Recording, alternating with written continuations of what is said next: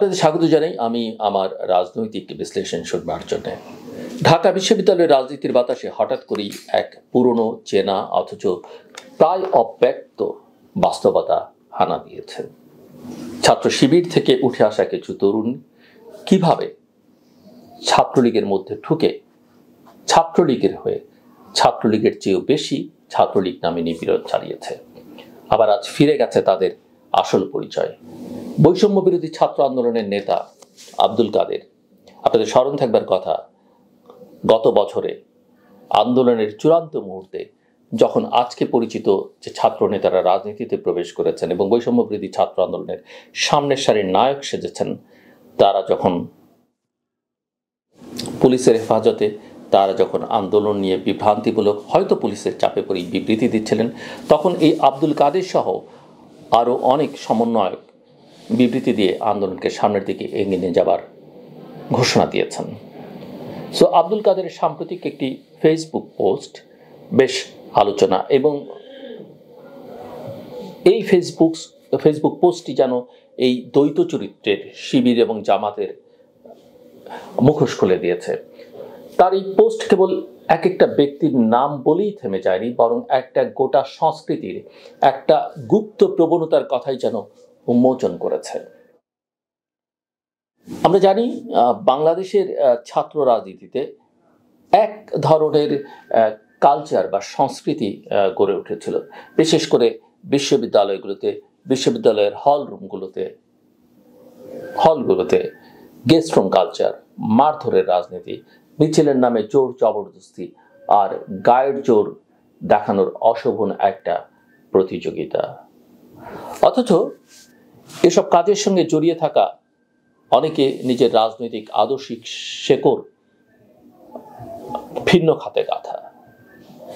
ছাত্র শিবিরের রাজনীতি করা ছেলেরা যখন ছাত্রলীগে এসে পড়ে, তখন তারা পরিচয় রক্ষা করতে গিয়ে চরম উগ্রতা, অর্থাৎ তারা যে ছাত্রলীগ সেটা বোঝাবার জন্য অতিরিক্ত তোষামোদ আর নিপীড়নের প্রতিযোগিতায় লিপ্ত হয়। এটি বারবার উঠে এসছে আব্দুল কাদেরের বক্তব্যে, যে বিগত শাসনামলে, শেখ হাসিনার শাসনামলে কিভাবে শিবির ছাত্রলীগ হয়ে ছাত্রলীগের চাইতে বেশি বাড়াবাড়ি করেছে ছাত্রলীগের নাম, ছাত্রলীগের হয়ে। এমন ঘটনা কারো একার দেখা নয়। ক্যাম্পাসে যারা থেকেছেন, হল জীবনের ভেতরের রাজনীতিতে যারা যুক্ত ছিলেন বা দূর থেকে দেখেছেন, তারা অনেকেই জানেন এই দ্বৈত চরিত্রের লোকজনের কথা। অভ্যুত্থানোত্তর পরিস্থিতিতে এই বিষয় নিয়ে অনেকে কথাবার্তা বলেছেন, আমরা সেটা জানি। তাদের একজনের হয়তো আগে মাদ্রাসায় পরে জামায়াত পরিবারের সন্তান, পরে হলে উঠে এসে গেস্ট রুমের নির্যাতনের সবচেয়ে বেশি সক্রিয় ওঠে। এসব ছাত্ররা বা লোকজন নিজেদের বিশ্বাসযোগ্যতা প্রমাণ করতে গিয়ে, অর্থাৎ ছাত্রলীগ বা আওয়ামী লীগের কাছে নিজের বিশ্বাসযোগ্যতা প্রমাণ করতে গিয়ে এমন একটা আগ্রাসী আচরণে লিপ্ত হয়, যা আদতে ছাত্র রাজনীতিকে করেছে কলুষিত আর গোটা আন্দোলনকে করেছে প্রশ্নবিদ্ধ। আরো ভয়াবহ দিক হলো, আব্দুল কাদের আপনারা জানেন, যারা পড়েছেন, নাম পরিচয় দিয়ে, প্রত্যেকের নাম পরিচয় দিয়ে লিখেছে কে কি করতো, কে কি করেছে। এবং যে ভয়াবহ দিকটার কথা আমি বলতে চাইছিলাম, সেটা হচ্ছে যে যখন সেই একই লোক পরের ছাত্র শিবিরে ফিরে যায়, তখন আবার ছাত্রলীগে থাকা অবস্থার অপকর্মকে ভুলে গিয়ে নিজেকে শুদ্ধ শিবিরের নেতা হিসেবে দাবি করে।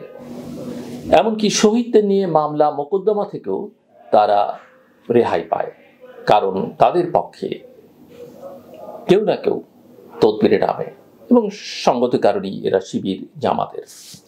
যাদের হাতে গেস্ট রুমে রাতভর নির্যাতনের ইতিহাস, তারাই আবার নিষ্পাপ শিক্ষার্থী বলে মামলার তালিকা থেকে বাদ পড়ে যায়। ফলে প্রশ্ন আসে, এই দায় আসলে কার? আব্দুল কাদের তার পোস্টে একাধিক নাম উল্লেখ করেছেন, অনেকের নামই উল্লেখ করেছেন আসলে, যাদের মধ্যে কেউ কেউ একসময় ছাত্রলীগের বিভিন্ন পদে থেকেছে, আবার কেউ এখন শিবিরের নেতা হিসেবে সক্রিয়।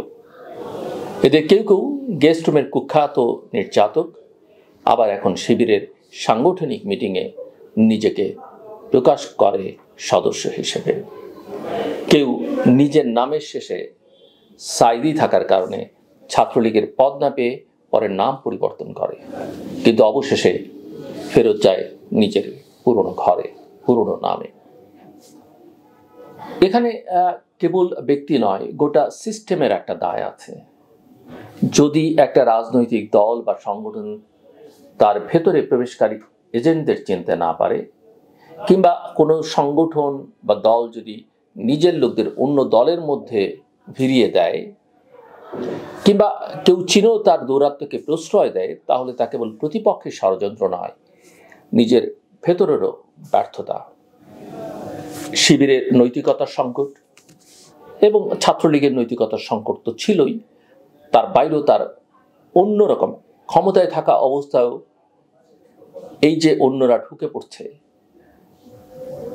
ঠুকে নানা রকমের অপকর্মে যুক্ত হচ্ছে, সেটাও এক ধরনের সাংগঠনিক ব্যর্থতা, এমনকি কোনো কোনো ক্ষেত্রে প্রশাসনিক সরকারের ব্যর্থতা বলা যেতে পারে।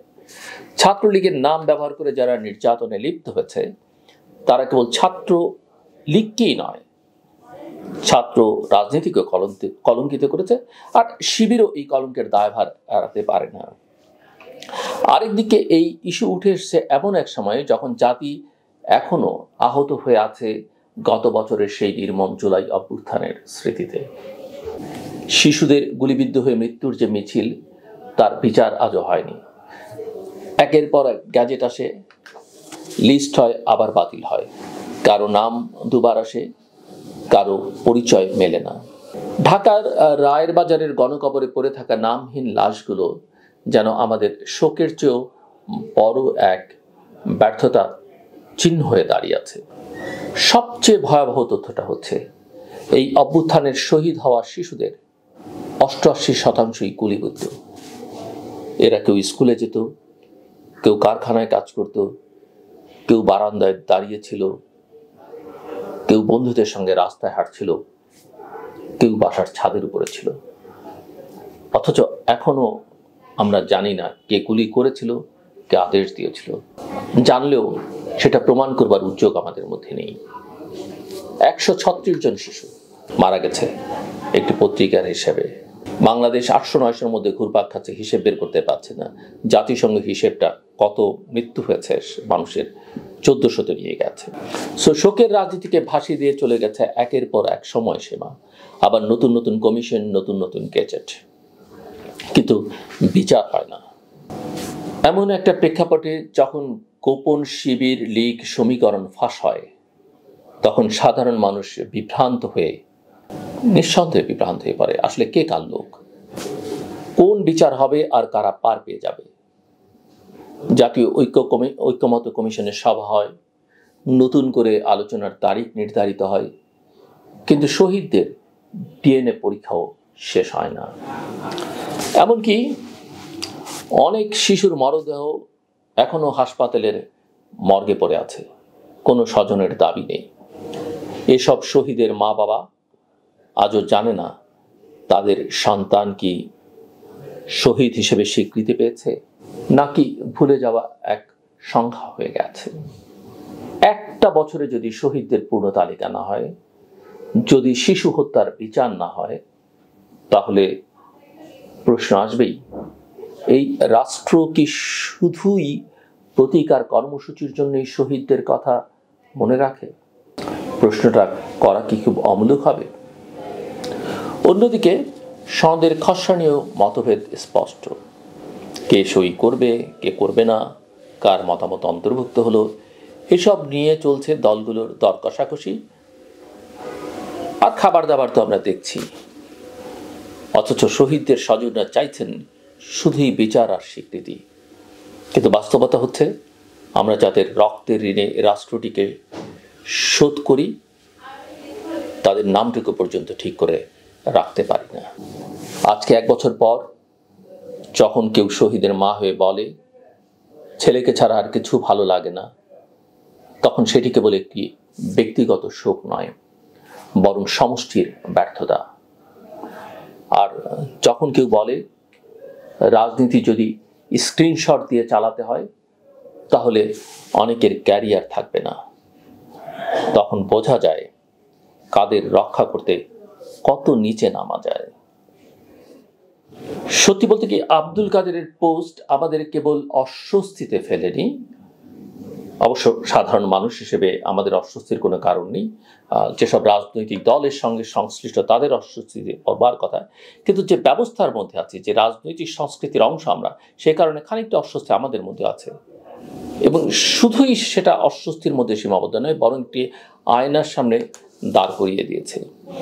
এবং যেই আয়নার সামনে দাঁড়িয়ে আমরা দেখতে পাচ্ছি কেউ ছাত্রলীগের মুখোশ পরে শিবিরের কাজ করছে, আবার কেউ শিবিরের দায়িত্বে থেকে ছাত্রলীগের নিপীড়কদের রক্ষা করছে।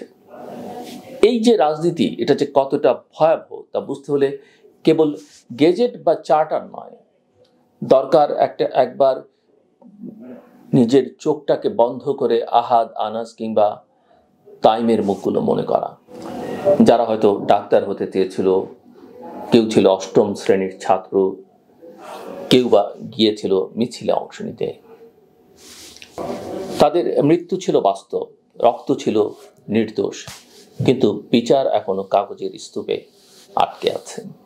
আর আমরা যারা বেঁচে আছি, যারা কথা বলি, যারা লিখি, যারা উৎসব আয়োজন, বছর পূর্তির উৎসাহে মত্ত, তাদের একটাই দায়িত্ব, এই সত্যগুলো ভুলে না যাওয়া। সবার দায়িত্ব, বিশেষ করে যারা কথা বলি, যারা লিখি। যত মুখোশই পড়ুক, যত বড় সংগঠনের ছায়াতলে থাকুক, অপরাধীকে অপরাধী বলা, শহীদকে শহীদ বলা এক্ষুনি জরুরি, এখনই। আমার কথা শুনবার জন্য আপনাদের অসংখ্য ধন্যবাদ, আপনাদের সবার জন্য শুভকামনা।